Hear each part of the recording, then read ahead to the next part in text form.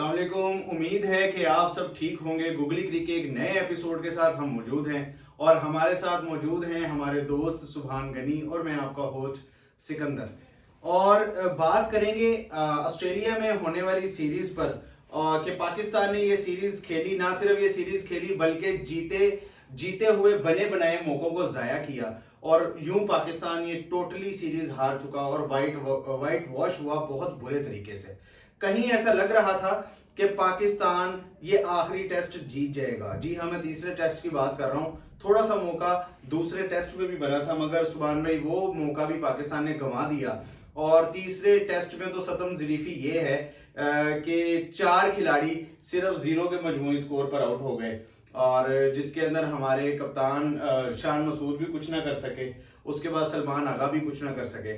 और फील्डिंग की दास्तान तो ये है कि सुसु की वजह से, जी हाँ, सलमान अली आगा जो कि बाथरूम में गए थे और उनकी जगह स्लिप पर खड़े हुए हमारे साइम अयूब, छोटे से प्लेयर, नन्हे मुन्ने से प्लेयर, और उसी ओवर में जिस ओवर में सलमान अली आगा अपनी उस स्पोर्ट को छोड़ के वॉशरूम में गए थे, बाथरूम में गए थे, और उसी ओवर में एक कैच आया और बहुत आसान सा कैच साइम अयूब ने छोड़ दिया जो कि पाकिस्तान को बहुत ज़्यादा बाद में कॉस्ट किया। और अगर हम बात करें ऑस्ट्रेलियन टीम की, तो ऑस्ट्रेलियन टीम की लिए तो फिलहाल जितनी तारीफ की जाए उतनी कम है।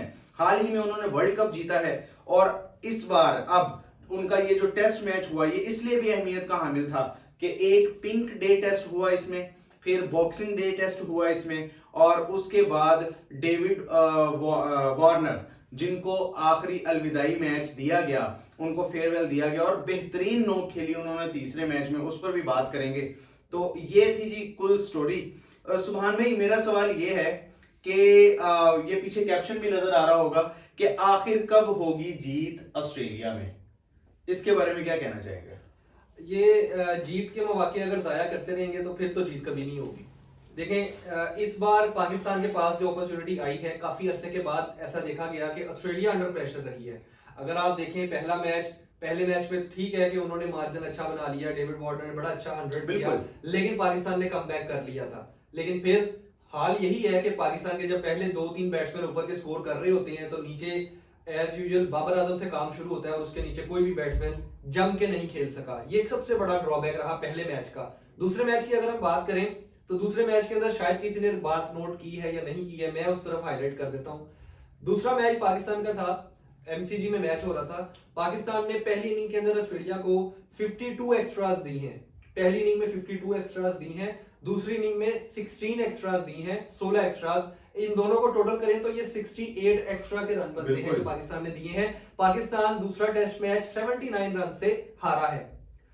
फील्डिंग एक तरफ, बैटिंग एक्स्ट्रा से ही हार गया और एक्स्ट्रा से ही पाकिस्तान एक्स्ट्रा से ही हार गया। फील्डिंग एक तरफ, बैटिंग एक तरफ, बॉलिंग एक तरफ, सिर्फ एक्स्ट्रास की वजह से पाकिस्तान मैच हार गया। 1 पॉइंट है इस मैच का। इसी मैच का दूसरा पॉइंट, पाकिस्तान ने बड़ा अच्छा दूसरी इनिंग के अंदर बात कर रहे हैं दूसरे टेस्ट मैच की बात हो रही है, एमसीजी की बात कर रहा हूं, मेलबर्न की बात हो रही है जी। दूसरे टेस्ट मैच के अंदर दूसरी इनिंग में पाकिस्तान ने 16 स्कोर पे ऑस्ट्रेलिया के 4 खिलाड़ी आउट कर लिए। बिल्कुल, ऑस्ट्रेलिया को हालांकि पहली इनिंग की बड़ी अच्छी एक लीड हासिल थी, लेकिन फिर भी पाकिस्तान ऑस्ट्रेलिया को वहां 100 पे आउट करता तो इनको टारगेट 100-150 का ही मिलता या 200 का ही टारगेट मिलता। बिल्कुल, और ये कर सकते थे। वहां पे मिचेल मार्श और स्टीव स्मिथ विकेट पे खड़े हो गए और इतना डिफेंसिव खेले स्टीव स्मिथ रोकते अपना स्ट्राइक रेट 40 पे ले आए, 30 पे ले आए। मिचेल मार्श की आदत है वो तेज खेलता है, उसने तेज खेलने के चक्कर में एक बड़ा जबरदस्त फ्लैश मारा आमिर जमाल की बॉल के ऊपर, सीधा कैच किया पहली स्लिप में, और पहली स्लिप में हमारा एज यूजुअल कैच ड्रॉप करने की मशीन खड़ी है अब्दुल्ला शफीक, उसने कैच ड्रॉप किया मिचेल मार्श का। वहां पे मिचेल मार्श 20 पे खेल रहे थे, वहां से मिचेल मार्श ने अपना स्कोर किया 96, यानी कि उन्होंने 76 रन का एडिशन किया। स्टीव स्मिथ के साथ उनकी 150 रन की पार्टनरशिप लगी और वो मैच पाकिस्तान 79 रन से हारा है। 1 पॉइंट हो गया एक्स्ट्रास वाला एक तरफ, और एक्स्ट्रास के अलावा एक सिंपल डॉली कैच छोड़ने की वजह से जो उसी एक बैट्समैन ने 76 रन एक्स्ट्रा किए हैं, पाकिस्तान उसी रन से मैच हार गया।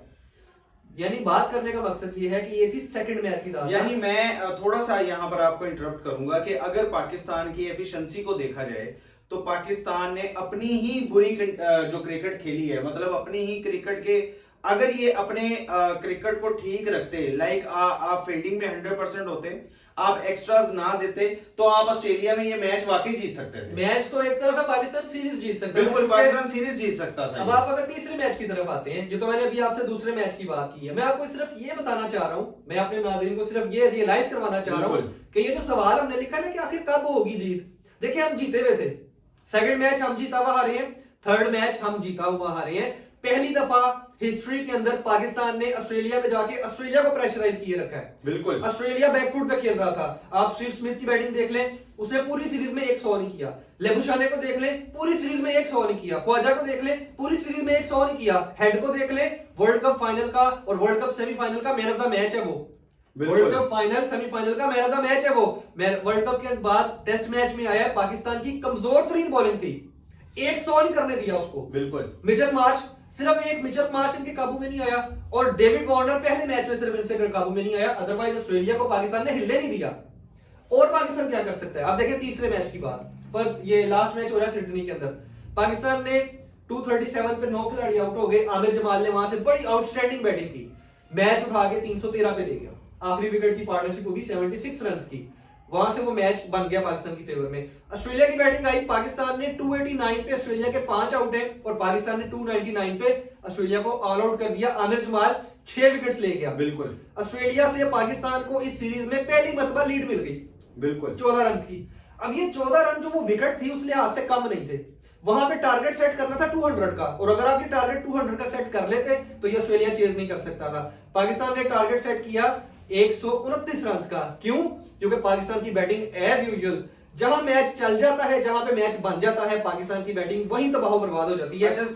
सुभान भाई, मैं अगेन आपको इंटरप्ट कर रहा हूं, और मेरा ये सवाल है आपसे कि पाकिस्तान जब इतनी अच्छी क्रिकेट खेल रहा है, और मतलब ठीक है फील्डिंग में गलतियां हुई और हमने कैचेस छोड़े, और मगर अगर हम इतनी अच्छी क्रिकेट खेल रहे हैं कि हमने ऑस्ट्रेलिया जैसी टीम को वहां पर प्रेशराइज रखा है, कुछ ना कुछ तो पाकिस्तान अच्छा कर रहा था ना, मतलब चाहे वो बॉलिंग हो रही थी या बैटिंग, तो हमने देखा है कोई इतनी खास नहीं हुई। पाकिस्तान किस तरह की अप्रोच लाए कि पाकिस्तान इस तरह आउटसाइड जो है वो मैच जीत सके, सीरीज जीत सके? अब कहां पर कमी है इस सीरीज की? अगर मैं पॉजिटिव्स की बात करूं, मैं ओवरऑल पाकिस्तान की परफॉर्मेंस से मुतमईन हूं। इसकी रीजन ये है, देखिए एक तो जो आने वाला दौर है ना, जैसे जैसे टाइम गुजरता जाएगा आप देखिएगा, और आप सब लोग नोट कीजिएगा, टेस्ट क्रिकेट जो है ना वो बहुत ज्यादा तेजी के साथ डिटीरियोरेट हो रही है, नीचे की तरफ आ रही है, और आईसीसी इसका नोटिस नहीं ले रहा, और आईसीसी ने नोटिस लेना भी नहीं है। जिस तरह से वेस्ट इंडीज के खिलाड़ी लीग्स को प्रेफर कर रहे हैं टेस्ट क्रिकेट को छोड़ के, पाकिस्तान के अंदर भी ये ट्रेंड आ गया।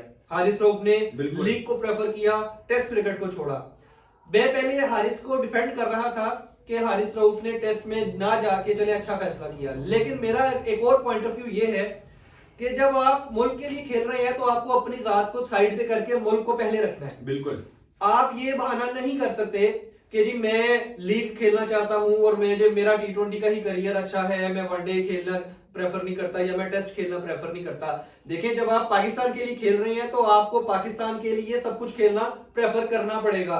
अब यहाँ पे आपकी बात मैं इसमें एडिशन करता चलूं, जो पर्थ की विकेट थी, मेलबर्न की विकेट थी, और जो सिडनी की विकेट हमने देखी है, अगर हारिस रऊफ इस सीरीज में खेल रहा होता तो हारिस रऊफ की बॉलिंग पेस की वजह से ऑस्ट्रेलिया को बहुत वक्त डरना था, और पाकिस्तान शायद ऑस्ट्रेलिया को मैच हरा भी लेता। दूसरी बात, आपके टीम के टेस्ट टीम के वाइस कप्तान और T20 टीम के नए नए ताजा धुला राजा कप्तान शहीनशाह अफरीदी तीसरे मैच पे क्यों नहीं खिलाया आपको?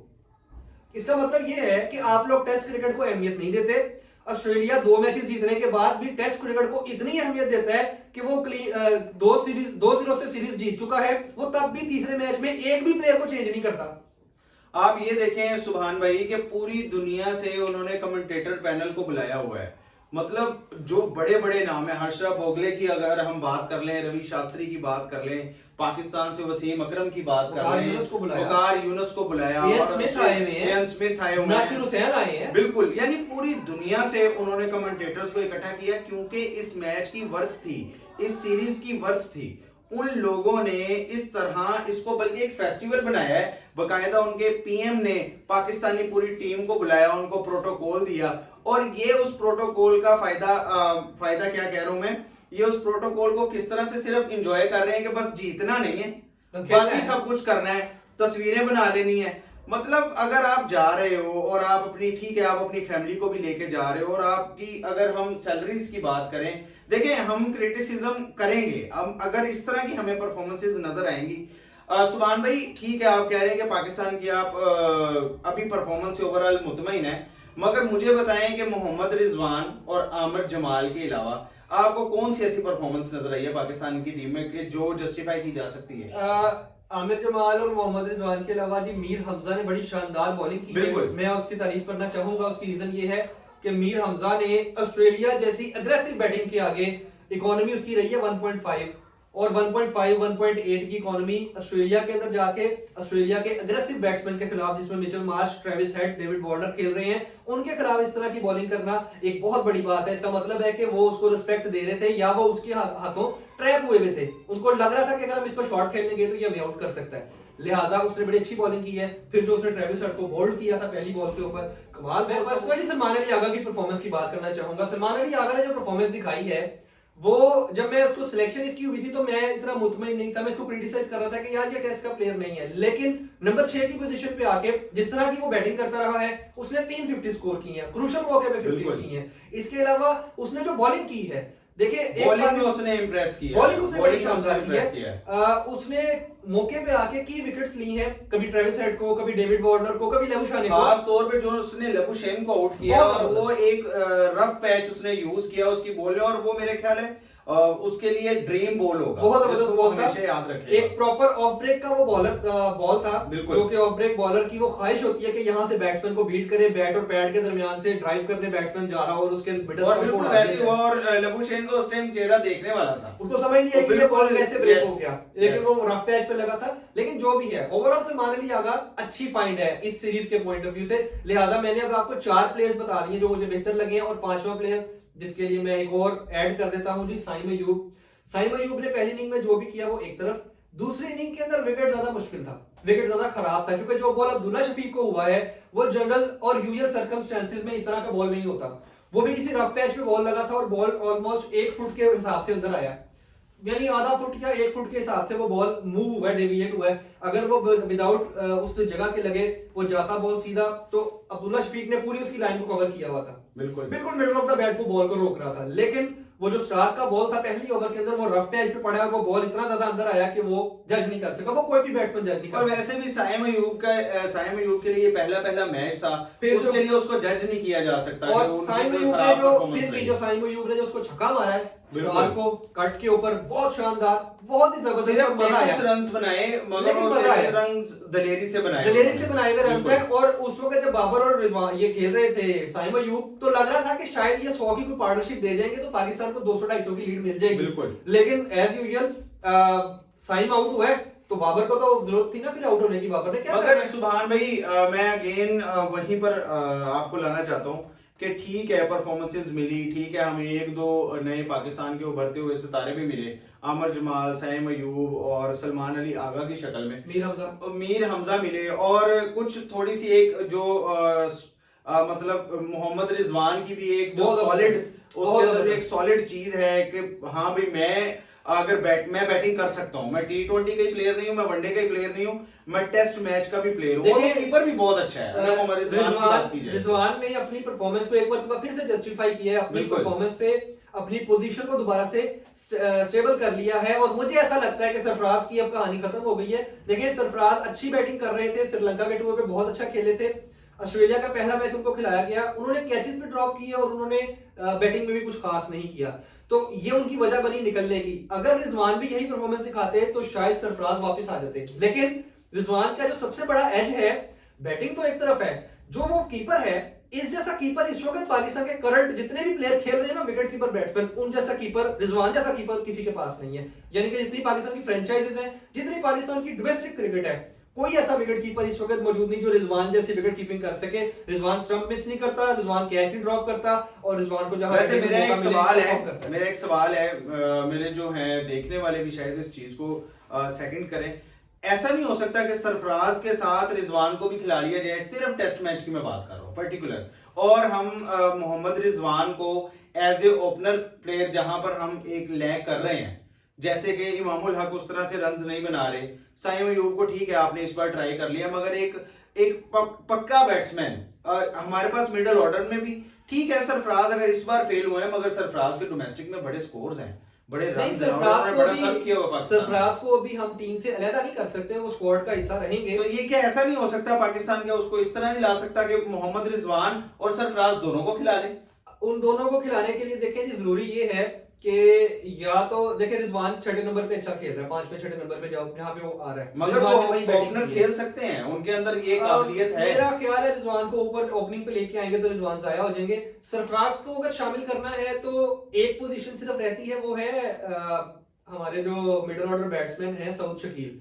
देखिए सऊद शकील की इस दफा जो परफॉर्मेंस रही है, और श्रीलंका के टूर पे उन्होंने अच्छा बैटिंग की थी, बड़ी अच्छी परफॉर्मेंस दिखाई थी। इस दफा ऑस्ट्रेलिया के टूर पे, क्योंकि ये उनका पहला अवे टूर था, बिल्कुल, यानी कि एशिया से बाहर का पहला टूर था, तो इसी टूर में पता लगना है। देखिए इन्हीं टूर्स पे पता चलेगा कितने हमने बड़े तो- प्लेयर हैं। यस, हमने अब्दुल्ला शफीक को देखा, अब्दुल्ला शफीक ने 2-3 इनिंग्स बहुत अच्छी खेली है, ठीक है। तो अब्दुल्ला शफीक की बैटिंग में कोई कमी नहीं है, अब्दुल्ला शफीक एक प्रॉपर बैट्समैन है, उसको आप नहीं रिप्लेस कर सकते। शान मसूद अच्छा खेला है, उसने भी 2-3 बहुत बिल्कुल। अच्छी इनिंग्स खेली है।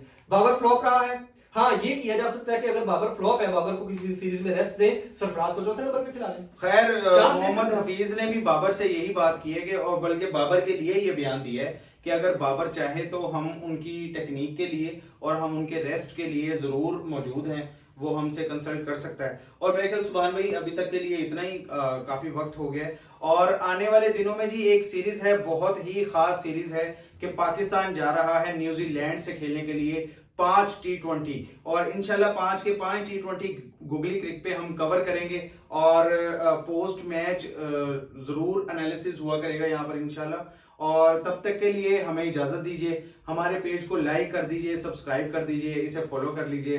अल्लाह निगहबान।